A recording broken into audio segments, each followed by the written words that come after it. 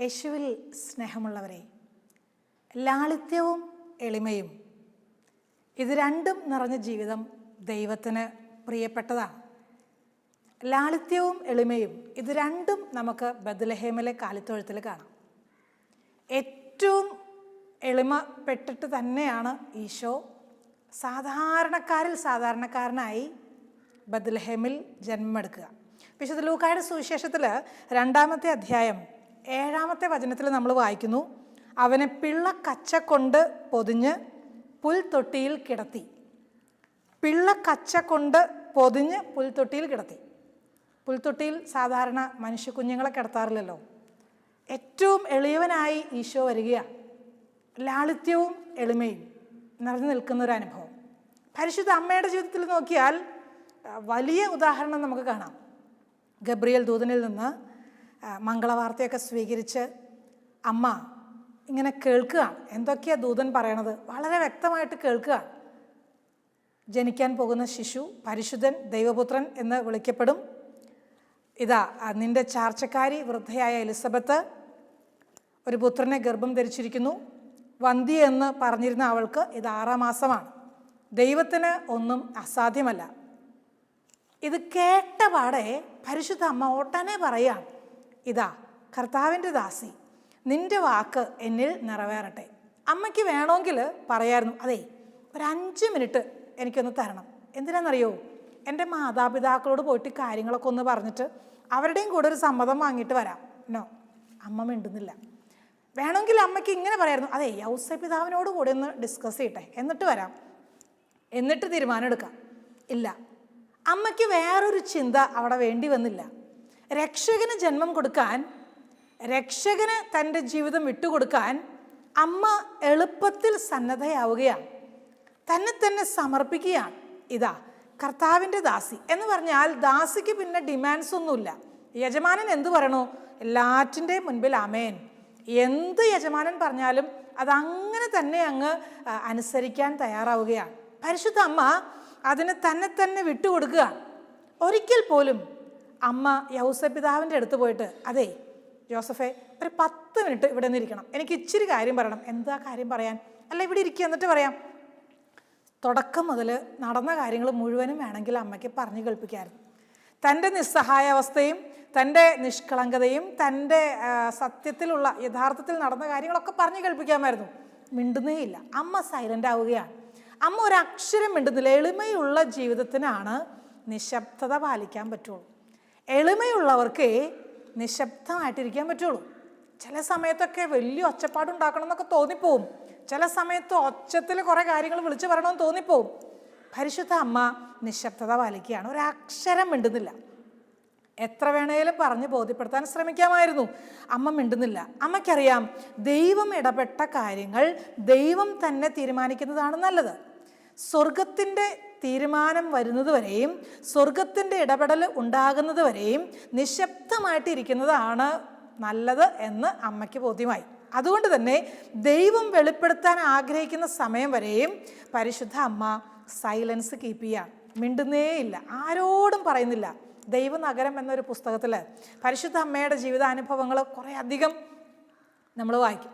അതിൽ ചെറിയൊരു സംഭവം ഉള്ളത്, യൗസപിതാവ് വളരെയധികം അസ്വസ്ഥനായി. പരിശുദ്ധ അമ്മ ഗർഭിണിയാണെന്ന് മനസ്സിലായി. ആരാ ഉത്തരവാദി എന്ന് അറിയത്തില്ല, എന്താ കാര്യമെന്ന് അറിയത്തില്ല, ഇതെങ്ങനെ സംഭവിച്ചു എന്ന് അറിയത്തില്ല. യൗസപിതാവിൻ്റെ മനസ്സിൽ വല്ലാത്ത ക്ലേശം. എന്നാൽ പരിശുദ്ധ അമ്മയുടെ അടുത്ത് ചെന്നിട്ട്, മേരി എന്നാ ഉണ്ടായേ, കാര്യം പറ. അങ്ങനെ ചോദിക്കാനും ഒരു വിഷമം. കാരണം ഈ ചോദ്യം എങ്ങാനും ഈ മേരിയെ വിഷമിപ്പിച്ചാലോ സങ്കടപ്പെടുത്തിയാലോ, ഒരു ചെറിയ കാരണം കൊണ്ട് പോലും മേരിയുടെ കണ്ണ് നിറയാൻ യൗസപിതാവ് ആഗ്രഹിക്കുന്നില്ല. അതുകൊണ്ട് തന്നെ യൗസപിതാവിന് ചോദിക്കാനും പറ്റുന്നില്ല. മനസ്സിൽ കിടന്നിട്ട് ഭയങ്കര ക്ലേശം, വലിയ ബുദ്ധിമുട്ട്. ഒടുവിൽ ഇങ്ങനെ തീരുമാനിക്കുകയാണ്, ഞാൻ ഇവിടെ നിന്ന് ഇട്ടിട്ട് പോവാണ്. ഇങ്ങനെ ഒരു ജീവിതം എന്നെ കൊണ്ട് പറ്റുകയില്ല. ഇത് എത്ര നാളെന്ന് വെച്ചിട്ടാണ് സഹിക്കുക? ആരെങ്കിലുമൊക്കെ അറിയില്ലേ? ആരെങ്കിലുമൊക്കെ ചോദിച്ചാൽ എന്ത് പറയും? യൗസപിതാവ് മനസ്സിൽ വല്ലാത്തൊരു ക്ലേശമാണ്.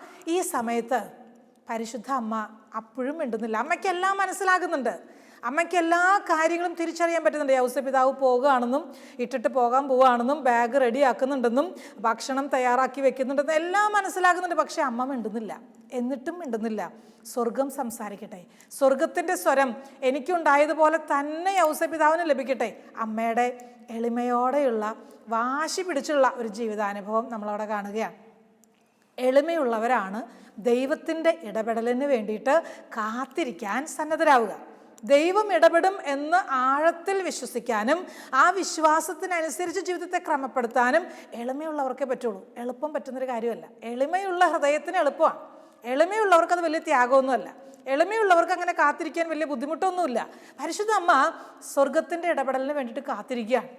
യൗസേപ്പ് പിതാവ് തീരുമാനിക്കുകയാണ്, നാളെ അതിരാവിലെ ഉണർന്ന് എഴുന്നേറ്റ് ആരും അറിയാണ്ട് സ്ഥലം വിടണം തീരുമാനിക്കുകയാണ്. ആ ദൈവനഗരം എന്നുള്ള പുസ്തകത്തിൽ വളരെ വ്യക്തമായിട്ട് കൊടുത്തിട്ടുണ്ട്.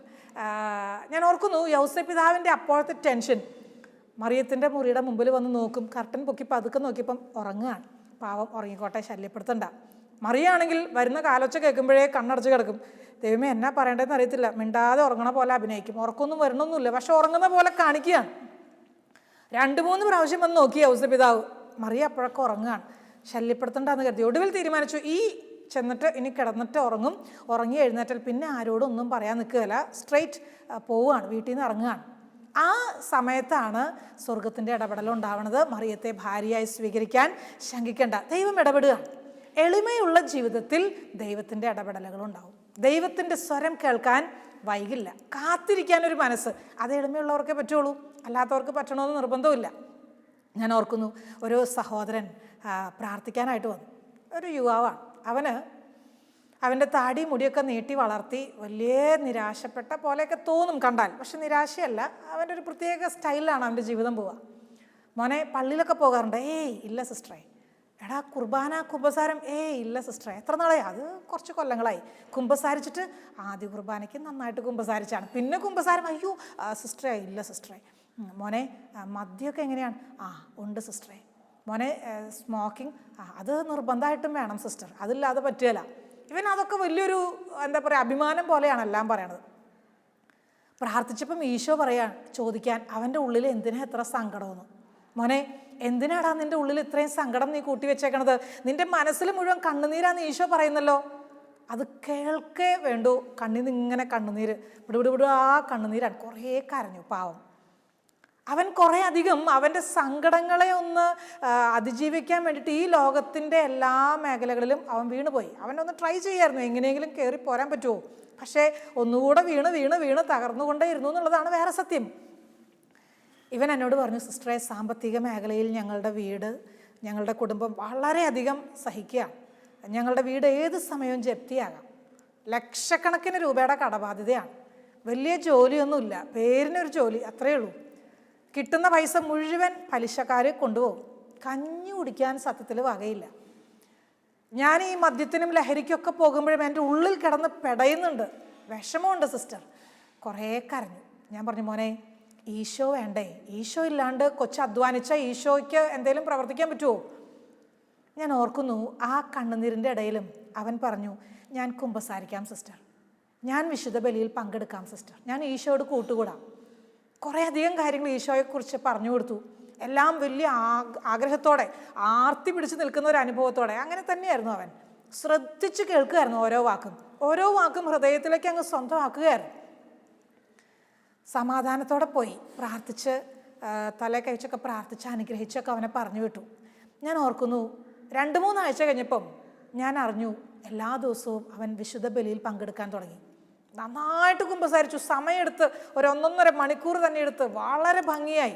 ഇത്രയും വർഷങ്ങളുടെ നീണ്ട ഒരു സമയം ഉണ്ടായല്ലോ, അത് മുഴുവൻ എണ്ണി പറഞ്ഞ് അവൻ കുമ്പസാരിച്ചു. എല്ലാ ദിവസവും കുർബാന സ്വീകരിക്കും. നല്ല മിടുക്കനായി. ഇതാ വിദേശത്തേക്ക് നല്ലൊരു ജോലിയുടെ ഓഫർ അവന് വന്നിരിക്കുകയാണ്. അവൻ പോകാൻ തയ്യാറാവുകയാണ്. എളിമയുള്ള ഹൃദയങ്ങൾ എളുപ്പം പറയും, സാരമില്ല, വിട്ടുകളയാം, പോട്ടെ, മറക്കാം. എളിമയുള്ളവർക്കാണ് സാരമില്ല എന്ന് ജീവിതത്തിൽ പറയാൻ പറ്റുള്ളൂ. നമ്മളോട് തന്നെയും കൂടെയുള്ളവരോടും സാരമില്ല കേട്ടോ, സാരമില്ല, വിഷമിക്കണ്ട, ധൈര്യമായിട്ടിരിക്കുക, സാരമില്ല, അത് വിട്ടുകളായി, അങ്ങനെ പറയണമെങ്കിൽ എളിമയുള്ളവർക്കേ പറ്റുള്ളൂ. അല്ലാത്തവർക്ക് അത് അത്ര എളുപ്പമല്ല. എളുപ്പമല്ല, അങ്ങനെ പറയാൻ പറ്റുകയില്ല. ആഗ്രഹമൊക്കെ ഉണ്ടാവും പറയണമെന്ന്, പക്ഷെ പറയാൻ പറ്റുകയില്ല. അനേകരെ കണ്ടിട്ടുണ്ട് ഇങ്ങനെ ജീവിതത്തിൻ്റെ എല്ലാ തലങ്ങളിലും ശാന്തമായും സ്വസ്ഥമായും ജീവിത സാഹചര്യങ്ങളെ സ്വീകരിക്കുന്നവർ. പരിശുദ്ധ അമ്മയെപ്പോലെ തന്നെ അമ്മയുടെ ജീവിതത്തിൽ സംഭവം ഉണ്ടായില്ലേ? അമ്മ നസ്രത്തിൽ ഉണ്ണീശോയ്ക്ക് ജന്മം കൊടുക്കാൻ എല്ലാ കാര്യങ്ങളും റെഡിയാക്കി വെച്ചു. കുഞ്ഞുടുപ്പൊക്കെ തയ്ച്ചു വെച്ചു, കുട്ടി തലേണയൊക്കെ ഉണ്ടാക്കി വെച്ചു, എല്ലാ കാര്യങ്ങളും റെഡിയാക്കി തയ്യാറായി വരുന്ന സമയത്ത് അറിയണത് ദേ പോകണം എവിടേക്ക്, ബത്ലഹേമിലേക്ക്. എന്തിന്? പേരെഴുതിക്കാൻ. പെട്ടെന്ന് പോകണം, ഇപ്പം തന്നെ പോകണം. അമ്മ പോവാണ്, പൂർണ്ണ ഗർഭിണിയാണ്. പാവം. യാത്ര എന്തേരെ ക്ലേശം ഉണ്ടായിട്ടുണ്ടാവും, എന്തേരെ സഹിച്ചിട്ടുണ്ടാവും. അമ്മ യാത്ര ചെയ്യാൻ. കാറൊന്നുമില്ലല്ലോ, നല്ല വാഹനമൊന്നുമില്ലല്ലോ. കഴുതയുടെ പുറത്ത്, കുതിരയുടെ പുറത്ത്, പിന്നെ കുറേ നടന്ന്, പിന്നെ കുറേ വഴിയിലിരുന്ന് എങ്ങനെയായിരിക്കും ആ യാത്ര അവിടെ എത്തിയിട്ടുണ്ടാകുക? നല്ലൊരു ഭക്ഷണം വഴിയിൽ, ഹോട്ടലും ഒന്നും ഉണ്ടാകാൻ വഴിയില്ലല്ലോ. എത്ര സഹിച്ചിട്ടുണ്ടാവും, എത്ര വിഷമിച്ചിട്ടുണ്ടാവും. പരിശുദ്ധ അമ്മ ഇത് മുഴുവനും സഹിച്ചതും ഉൾക്കൊണ്ടതും ഹൃദയത്തിൽ എളിമയുണ്ടായിരുന്നത് കൊണ്ടാണ്. എളിമയുള്ള ഹൃദയങ്ങൾക്ക് അനുദിന ജീവിതത്തിലെ പ്രതികൂലങ്ങളെ ശാന്തമായിട്ട് സ്വീകരിക്കാൻ പറ്റുള്ളൂ. പലതും കണ്ണടച്ച് വിടും. അത് കണ്ടില്ല എന്ന് വെക്കും, കേട്ടില്ല എന്ന് വെക്കും, കുറേ കാര്യങ്ങളങ്ങ് മറന്നു കളയും. നമ്മുടെയൊക്കെ മനസ്സിൽ ചിലപ്പോഴെങ്കിലും പല കാര്യങ്ങളും പണ്ട് തൊട്ടേ ഉള്ളത് ഓർമ്മയിലേക്ക് ഇങ്ങനെ വന്നുകൊണ്ടേയിരിക്കും. അതാണ് നമ്മുടെയൊക്കെ ഒരു പ്രശ്നം. പരിശുദ്ധ അമ്മ അങ്ങനെയല്ല, ഒന്നും ഓർക്കുന്നില്ല. ഫീൽ ഫ്രീ, എപ്പോഴും ഹാപ്പിയാണ്, സംതൃപ്തിയാണ്. എളിമയുള്ളവർ ജീവിതത്തിൽ സംതൃപ്തി അനുഭവിക്കും, സമാധാനം അനുഭവിക്കും. അവർക്ക് കുറ്റപ്പെടുത്തലും അവർക്ക് ശാസനയും അല്ലെങ്കിൽ അവരുടെ ജീവിതത്തിലെ പ്രതികൂലങ്ങളിലേക്കൊന്നും അവരധികം അതിലേക്ക് ഫോക്കസ് ചെയ്യല. ഈശോയിലേക്ക് മാത്രം ശ്രദ്ധ, ഈശോയിൽ മാത്രം. എപ്പോഴും ഫോക്കസ് ചെയ്യണത് ക്രിസ്തുവിൽ മാത്രം. പിള്ളക്കച്ച കൊണ്ട് പൊതിഞ്ഞ് പുൽത്തൊട്ടിയിൽ കിടത്തിയ ഉണ്ണി യേശുവിൽ ശ്രദ്ധയുണ്ടെങ്കിൽ, അവിടേക്ക് മാത്രമാണ് നമ്മുടെ മനസ്സ് കേന്ദ്രീകരിക്കുന്നതെങ്കിൽ എളിമപ്പെടാനും ലളിതമായിട്ടുള്ള ജീവിതം നയിക്കാനും നമുക്ക് എളുപ്പമാണ്. അവിടെ പിന്നെ പരാതികൾ ഉണ്ടാകുകയില്ല. എപ്പോഴും എന്നെ എല്ലാവരും അറിയണം, എല്ലാവരും എന്നെ ആദരിക്കണം, നോ അങ്ങനെ പറയല. എല്ലാവരാലും പ്രശംസിക്കപ്പെടണം, നോ അങ്ങനെ പറയല. എളിമയുള്ളവർ എപ്പോഴും പുറകിൽ നിൽക്കാനേ ആഗ്രഹിക്കത്തുള്ളൂ. എന്ന് പറഞ്ഞാൽ ആരുടെയും മുമ്പിൽ പ്രത്യക്ഷപ്പെടാൻ അവരങ്ങനെ ദൈവം വെളിപ്പെടുത്തുമ്പം മതി, ദൈവം അനുവദിക്കുമ്പം മതി, ദൈവം എന്നെ വിളിച്ചിറക്കുമ്പം മതി. എൻ്റെ ഭാഗത്തു നിന്ന് ഒരു പ്രശംസ കിട്ടാൻ വലിയ ആളാവാനോ ഒരിക്കലുമില്ല. എളിമയുള്ള ഹൃദയം, അതാണ് ദൈവം ആഗ്രഹിക്കുന്ന ഒരു ജീവിതം. ദൈവം ആഗ്രഹിക്കുന്നത് അതാണ്, നമ്മളെല്ലാവരിലും നിന്ന് പ്രതീക്ഷിക്കുന്നത് അതാണ്. ക്രിസ്തുമസിന് വേണ്ടി ഒരുങ്ങുമ്പോൾ നമ്മുടെ ഉള്ളിൽ നിറയേണ്ടതും ഈ ലാളിത്യവും ഈ എളിമയും തന്നെയാണ്. വിശുദ്ധ ഫിലിപ്പിനേരിയുടെ ജീവിതത്തിലുണ്ടായൊരു സംഭവമുണ്ട്. ഫിലിപ്പിനേരി വലിയ എളിമയുള്ള മനുഷ്യനായിരുന്നു. അദ്ദേഹത്തിൻ്റെ സമൂഹത്തിലേക്ക് മാണി എന്ന് പറയുന്ന പേരുള്ള ഒരു അച്ഛൻ കടന്നു വന്നു. മിടുക്കനായിരുന്നു, വലിയ പ്രസംഗകനായിരുന്നു, നന്നായിട്ട് പ്രസംഗം പറയും. ഒറ്റ പ്രസംഗം കേട്ടാൽ പിന്നെ ആരും എഴുന്നേറ്റ് പോകുകയില്ല, ഒരു 2-3 കൂടെ പറഞ്ഞോളാൻ പറയും. അത്രയും ഇൻട്രസ്റ്റിംഗ് ആയിട്ട് പ്രസംഗം പറയും. ഞായറാഴ്ച ദിവസമായി, മാണിയച്ഛൻ്റെ ഊഴമായി. മാണിയച്ഛൻ പ്രസംഗിക്കാൻ തുടങ്ങി, നന്നായിട്ട് പറഞ്ഞു, നല്ല നല്ല നമ്പർ 1 പ്രസംഗം. എല്ലാവരും പ്രസംഗം കഴിഞ്ഞ് പറഞ്ഞു, അച്ഛാ വളരെ ഭംഗിയായിരുന്നു, നന്നായിരുന്നു. അച്ഛനങ്ങ് ആനന്ദിക്കാൻ തുടങ്ങി. കൊള്ളാം കൊള്ളാം, മിടുക്കനായി. സ്വന്തം ഹൃദയത്തിൽ ഒരു വലിയ ആനന്ദം. ഫിലിപ്പിനേരി പുണ്യവാന് മനസ്സിലായി, ഈ പോക്ക് പോയാൽ ഇയാളുടെ വിശുദ്ധി നഷ്ടപ്പെടും. ഇങ്ങനെ ആനന്ദിക്കാൻ തുടങ്ങിയാൽ ഈ വിശുദ്ധി എവിടെയെങ്കിലും വെച്ച് പ്രശ്നമാവും. അതുകൊണ്ട് ഫിലിപ്പിനേരി പുണ്യവാൻ മാണിയച്ഛനെ അടുത്ത് വിളിച്ചിട്ട് പറഞ്ഞു, അതോ സഹോദര, ഒരു കാര്യം പറയട്ടെ, അന്ന് പറഞ്ഞ പ്രസംഗമില്ലേ, ആദ്യം പറഞ്ഞ പ്രസംഗം, അത് തന്നെ ഇനി ആവർത്തിക്കണം. ഞാൻ ഇനി നിർത്താൻ പറയുന്ന സമയം വരെയും ഈ പ്രസംഗം തന്നെ പറയാവുള്ളൂ, വേറെ ഒന്നും പറഞ്ഞേക്കല്ല, വേറെ ഒരു പ്രസംഗവും മാറ്റി പറഞ്ഞേക്കല്ല. അടുത്ത ഞായറാഴ്ചയും പ്രസംഗം പറയേണ്ട സമയമായി. ആൾക്കാരെല്ലാവരും ഓടിക്കൂടി പ്രസംഗം കേൾക്കാൻ വലിയ ആഗ്രഹമാണ്, വലിയ പ്രതീക്ഷയാണ്. അങ്ങനെ പ്രതീക്ഷിച്ചിരിക്കുന്ന സമയത്ത് മാണിയച്ഛൻ കഴിഞ്ഞ പ്രാവശ്യം തന്നെ പറഞ്ഞ പ്രസംഗം ഒരു വാക്കുപോലും വിടാതെ അത് മാത്രം പറയുന്നു. എല്ലാവരും ഓർത്തു എന്നാണാവോ, ചിലപ്പോൾ ഒരുങ്ങാൻ നേരം കിട്ടിക്കാണല്ല, സാരമില്ല പോട്ട് പാവം. അടുത്ത പ്രാവശ്യവും മാണിയച്ഛൻ്റെ ഊഴം വന്നു, അതേ പ്രസംഗം. 3-4 പ്രാവശ്യം ഇതേ പ്രസംഗം ആവർത്തിച്ചപ്പം നാട്ടുകാർ പറയാൻ തുടങ്ങി, ഈ അച്ഛനെ കൊണ്ട് ഒരു കാര്യമില്ല, ഇദ്ദേഹത്തിന് പ്രസംഗം പറയാനൊന്നും അറിയത്തില്ല, ചുമ്മാ വെറുതെ തട്ടിപ്പ്, പ്രസംഗം പറയാൻ അറിയത്തില്ലാത്ത അച്ഛൻ. എല്ലാവരും കൂടെ കളിയാക്കി, എല്ലാവരും പരിഹസിക്കാൻ തുടങ്ങി. കുറച്ച് നാളും കൂടെ ഈ ഒരു സംഭവം ഇങ്ങനെ ആവർത്തിക്കാൻ അനുവദിക്കപ്പെട്ടു. ഒടുവിൽ ഫിലിപ്പിനേരി പുണ്യവാൻ പറഞ്ഞു, ഇനി മാറ്റി പറഞ്ഞുകൊള്ളുക. അപ്പോഴേക്കും ജനങ്ങളുടെ ആ മനസ്സിലെ ചിന്തയൊക്കെ പോയി. ഫിലിപ്പിനേരി പുണ്യവാൻ ഇനി പറഞ്ഞുകൊള്ളുക, ഇനി ആദ്യത്തേത് പറയണ്ട, പുതിയത് പറയാം എന്ന് പറഞ്ഞ സമയം മാണിയച്ചൻ സന്തോഷത്തോടെ അതങ്ങ് സ്വീകരിക്കുക. ഒരെതിർപ്പും പ്രകടിപ്പിച്ചില്ല. എന്തുകൊണ്ട് എന്നോടിങ്ങനെ പറഞ്ഞു? ഞാൻ എന്ത് തെറ്റ് ചെയ്തു? എൻ്റെ ഭാഗത്ത് എന്താ തെറ്റുള്ളത്? ന്യായീകരിക്കാനോ നീതീകരിക്കാനോ മാണിയച്ചൻ തുനിഞ്ഞില്ല. അതുകൊണ്ട് തന്നെ അദ്ദേഹത്തിൻ്റെ ഉള്ളിലെ വിശുദ്ധി വളരാൻ ആരംഭിച്ചു. അദ്ദേഹത്തിൻ്റെ ഉള്ളിൽ ദൈവിക കൃപകൾ വളർന്ന് വർദ്ധിക്കാൻ ആരംഭിച്ചു. സഹോദര സഹോദരി, എളിമയിൽ ജീവിക്കുന്ന ഒരു വ്യക്തി ഒരിക്കലും ചോദ്യം ചെയ്യാൻ പോകുകയല്ല, നീതീകരിക്കാൻ പോകുകയല്ല, ന്യായീകരിക്കാൻ പോകുകയല്ല. ആക്ഷേപങ്ങളിലും പരിഹാസങ്ങളിലും മറ്റുള്ളവരെ കുറ്റപ്പെടുത്തുമ്പോഴും ശാസിക്കുമ്പോഴും താഴ്ത്തിക്കെട്ടി സംസാരിക്കുമ്പോഴും മനസ്സ് പതറുകയല്ല, മനസ്സ് സ്ട്രോങ് ആണ്. ഒന്നിൻ്റെയും മീതെ ഒരു കാര്യത്തിലും മനസ്സ് തളർന്നു പോകുന്നില്ല. എല്ലാറ്റിൻ്റെയും മീതെ കയറി നിൽക്കാൻ ഒരു ധൈര്യം കിട്ടുകയാണ്. ആര് എങ്ങനെ തകർക്കുന്ന വാക്കുകൾ മുൻപിൽ നിന്ന് പറഞ്ഞാലും നെവർ മൈൻഡ്, അതൊന്നും ഏശത്തില്ല. എളിമയുള്ള ഹൃദയങ്ങളിൽ പെട്ടെന്ന് മനസ്സ് തകരുന്ന അനുഭവമില്ല. അവർ മനസ്സുകൊണ്ട് സ്ട്രോങ് ആണ്, മെൻ്റലി സ്ട്രോങ് ആണ്, അവർ മനസ്സുകൊണ്ട് ശക്തരാണ്. അവരെ പെട്ടെന്ന് തോൽപ്പിക്കാൻ പറ്റില്ല. എളിമയുള്ളവരെ തോൽപ്പിക്കാൻ നമുക്ക് ബുദ്ധിമുട്ടാണ്. പിശാചിനത് പ്രത്യേകം അറിയാം. പിശാച് എളിമയില്ലാത്തവരുടെ കൂടെയാണ് എപ്പോഴും കൂട്ടുകൂടുക. എപ്പോഴും തോളെ കയറ്റി നടക്കുന്നത് എളിമയില്ലാത്തവരുടെ കൂടെയാണ്. എളിമയുള്ളവരുടെ അടുത്ത് അധികം പിശാച് വരികയില്ല. കാരണം പിശാചിനറിയാം എളിമയുള്ളവരെ പെട്ടെന്ന് വീഴിക്കാൻ പറ്റുകയില്ല. അവർ സ്ട്രോങ് ആണ്. എളിമയില്ലാത്തവർ താനേ വീഴും. പിശാച് വരേണ്ട കാര്യമില്ല, അല്ലാണ്ട് തന്നെ അവർ വീഴുമെന്ന് പിശാചിന് അറിയുകയും ചെയ്യാം. അതുകൊണ്ട് ജീവിതത്തിൽ എളിമ എപ്പോഴും വളർത്തിയെടുക്കുന്നതും എപ്പോഴും എളിമയിൽ മുന്നോട്ട് പോകാൻ ആഗ്രഹിക്കുന്നതും വളരെ നല്ലതാണ്. ദൈവം ആഗ്രഹിക്കുന്നതും ഇത്തരത്തിലുള്ള ഒരു ജീവിതത്തെ തന്നെയാണ്. എളിമ കൊണ്ട് നിറയാൻ നമുക്ക് ആഗ്രഹിക്കും. ഞാൻ ഓർക്കുന്ന ഒരിക്കലും ഒരു സഹോദരി പ്രാർത്ഥിക്കാൻ വേണ്ടി വന്നു. ഇവളെന്നോട് പറഞ്ഞു, സിസ്റ്ററെ, വിവാഹം കഴിഞ്ഞിട്ട് 9 വർഷമായി, മക്കളില്ല, എൻ്റെ ജീവിത പങ്കാളി വളരെ അസ്വസ്ഥനാണ്. ഒരു വിധത്തിൽ അദ്ദേഹം ഒരു മാനസിക രോഗിയാണ്. അറിയില്ലായിരുന്നു, വിവാഹത്തിന് മുമ്പ് അറിയില്ലായിരുന്നു. എല്ലാ ദിവസവും മദ്യപിക്കും, വളരെയധികം മദ്യപിക്കും, എന്നും വഴക്ക്, ബഹളം, ദേഹോപദ്രവം എന്ന് പറഞ്ഞാൽ സഹിക്കത്തില്ലാത്ത ദേഹോപദ്രവമാണ്. ഒരിക്കൽ പോലും മക്കൾ വേണമെന്ന് എന്നോട് പറഞ്ഞിട്ടില്ല. വേണമെന്ന് എങ്ങാനും അങ്ങോട്ട് പറഞ്ഞാൽ അന്ന് അടി, വല്ലാത്ത ബഹളമാണ്. ഒരിക്കൽ പോലും അങ്ങനെ ഒരു അറ്റംപ്റ്റ് നെവർ. ഞങ്ങളുടെ ജീവിതത്തിൽ അങ്ങനെയൊന്നും ഉണ്ടായിട്ടേ ഇല്ല. 2 സ്ഥലത്താണ് കിടക്കുക. ഒരിക്കൽ പോലും ഒന്ന് ഒരുമിച്ചിരുന്ന് സംസാരിക്കാൻ പോലും ഇത്രയും വർഷങ്ങളായിട്ടും. ഞാൻ അത്ഭുതത്തോടെ ചോദിച്ചു, നിൻ്റെ ഹസ്ബൻഡിനെ കുറിച്ച് ഒരു നെഗറ്റീവ് നിനക്ക് പറയാനില്ല? ഇല്ല സിസ്റ്റർ, അദ്ദേഹമല്ല, അദ്ദേഹത്തിലൂടെയുള്ള ആ തിന്മയാണ് പ്രവർത്തിക്കുക. എനിക്ക് അദ്ദേഹത്തോട് ഒരു പിണക്കവുമില്ല. എൻ്റെ വീട്ടുകാർ മുഴുവനും പറയാൻ തുടങ്ങി ഡൈവോഴ്സ് ചെയ്യണം. എല്ലാവരും പറയുന്നു. ഹസ്ബൻഡിൻ്റെ വീട്ടുകാർക്ക് വിഷയമല്ല, ഡൈവോഴ്സ് ചെയ്താലും ചെയ്തില്ലെങ്കിലും വിഷയമില്ല. പക്ഷെ എൻ്റെ വീട്ടുകാർ എല്ലാവരും എന്നെ നിർബന്ധിക്കുന്നു. ആദ്യം അവർക്കൊന്നും അറിയത്തില്ലായിരുന്നു.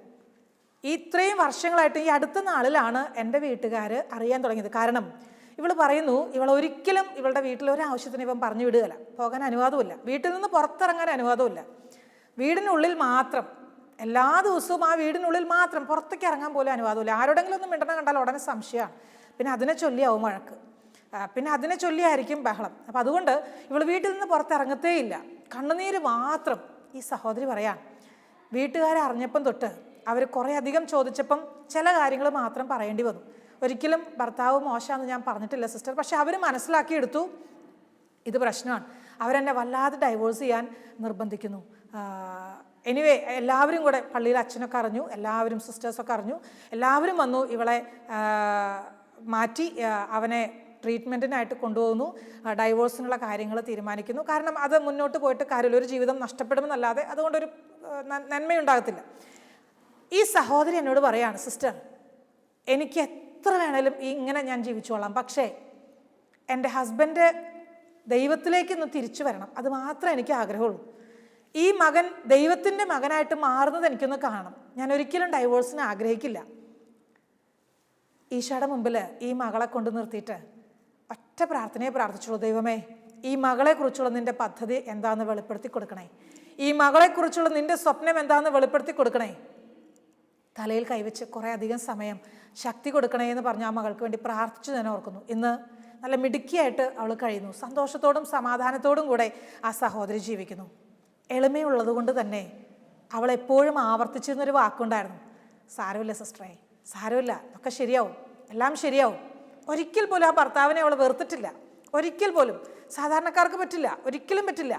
അവൾ ഒരിക്കൽ പോലും ഭർത്താവിൻ്റെ കുറ്റമായിട്ട് പറഞ്ഞില്ല. ചോദിച്ചതിന് ഞാൻ ചോദിക്കുമ്പം നുണ പറയരുതല്ലോ എന്നോർത്തിട്ട് മാത്രം ചില സത്യങ്ങൾ മാത്രം എന്നോട് പറഞ്ഞു, അത്രയേ ഉള്ളൂ.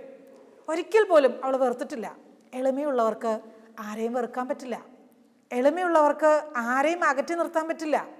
എളിമയുള്ളവർക്ക് ഹൃദയത്തിൽ അകൽച്ചകൾ സൂക്ഷിക്കാൻ പറ്റുകയില്ല. അവരെളുപ്പം കൂട്ടി ചേർന്ന് ജീവിക്കും. അവരെളുപ്പം യോജിച്ചു പോവും, അഡ്ജസ്റ്റഡ് ആവും. പെട്ടെന്ന് സോറി പറയുന്ന ആൾക്കാരെ കണ്ടിട്ടില്ലേ?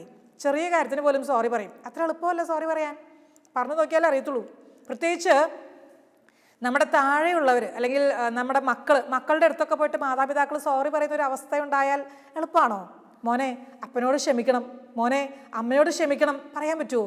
എളിമയുള്ളവർക്കേ പറ്റൂ. എളിമയുണ്ടെങ്കിലേ പറ്റുള്ളൂ. അധികാരികളുടെ അടുത്ത് പോയിട്ട് ക്ഷമിക്കണം, എനിക്ക് തെറ്റുപറ്റി, എൻ്റെ ജീവിതത്തിൽ ഇങ്ങനെ സംഭവിച്ചു പോയി, സോറി കേട്ടോ, അങ്ങനെ പറയണമെങ്കിൽ എളിമയാണ്. എളിമയുള്ള ജീവിതങ്ങൾക്ക് ഉറപ്പ് ദൈവത്തിൻ്റെ കയ്യൊപ്പ് അവിടെയുണ്ട്.